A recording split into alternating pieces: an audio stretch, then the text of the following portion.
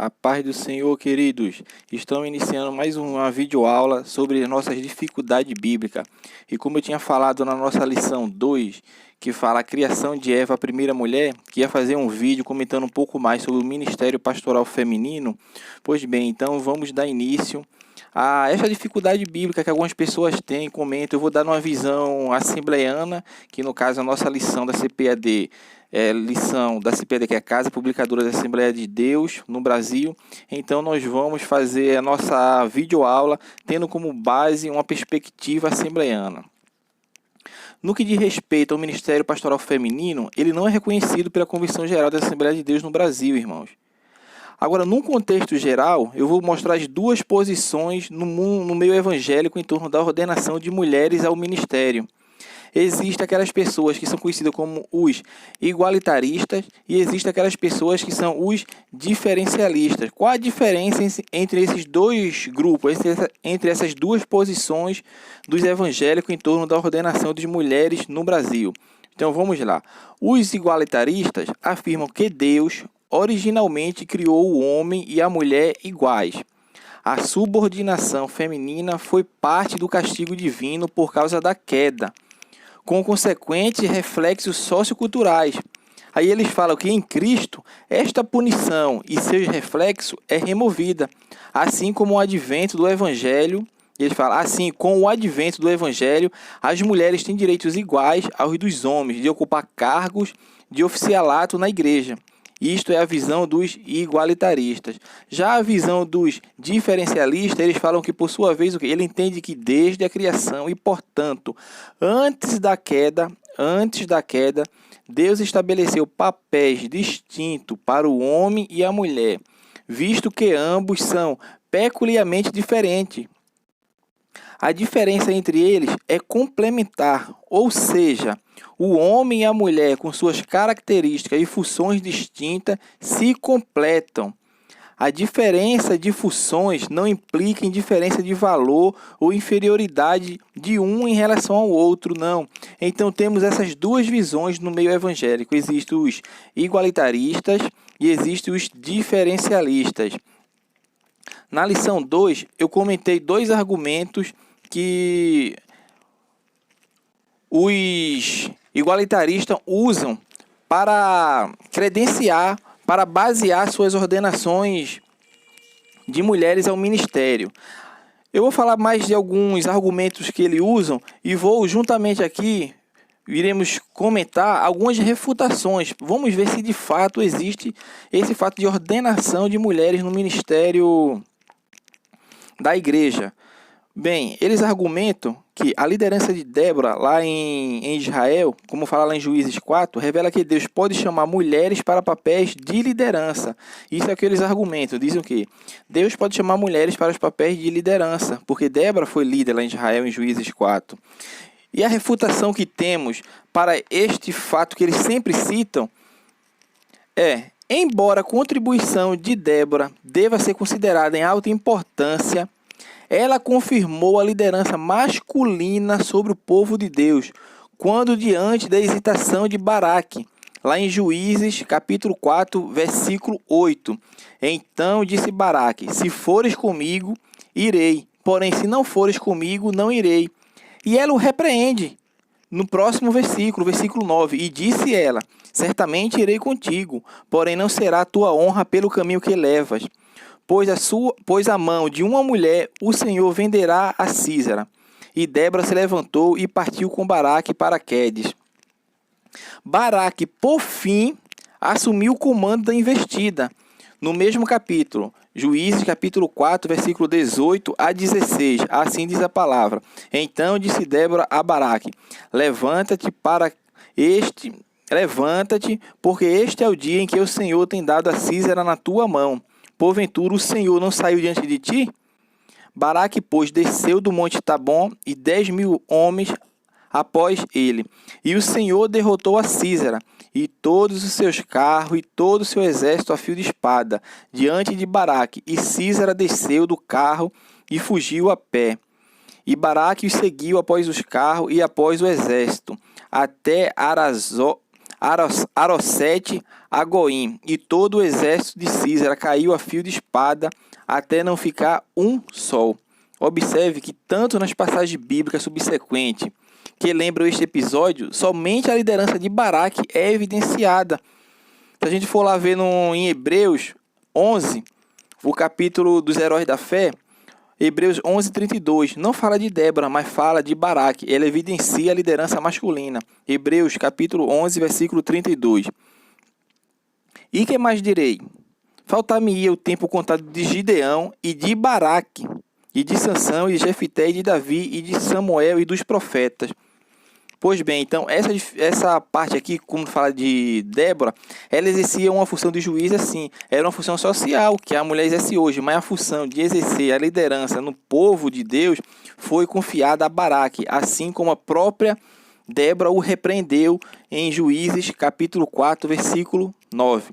Outra argumentação que eles usam, os igualitaristas usam, é que Jesus designou somente homens para o seu apostolado.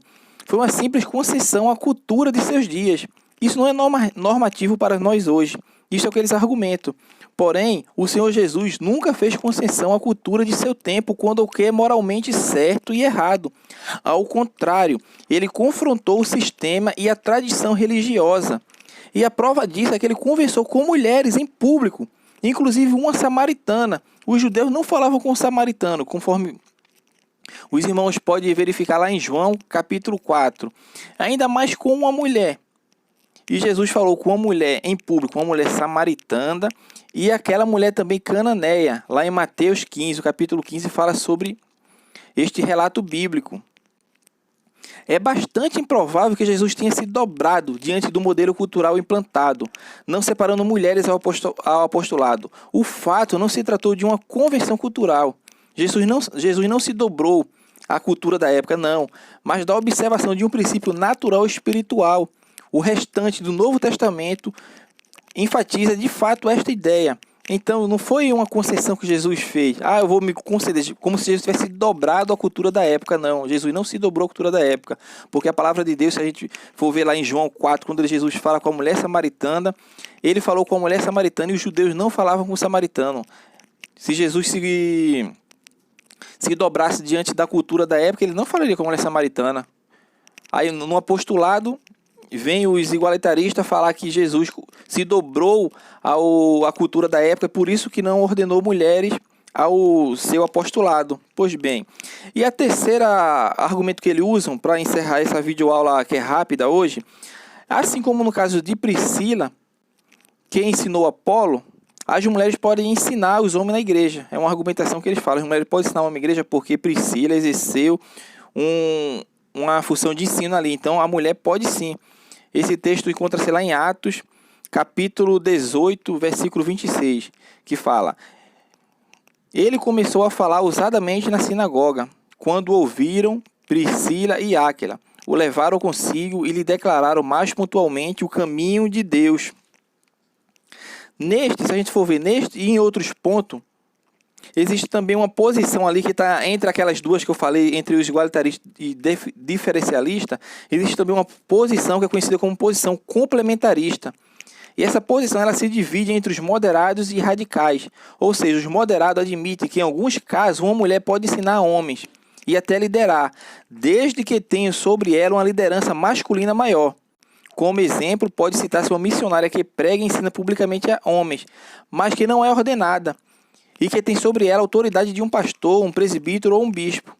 Já no caso de Priscila, o ensino foi pessoal. Observe que o ensino que Priscila fez foi um ensino pessoal. Tomaram consigo, fala o texto bíblico, tomaram consigo. Na nossa versão que eu li aqui, o levaram consigo.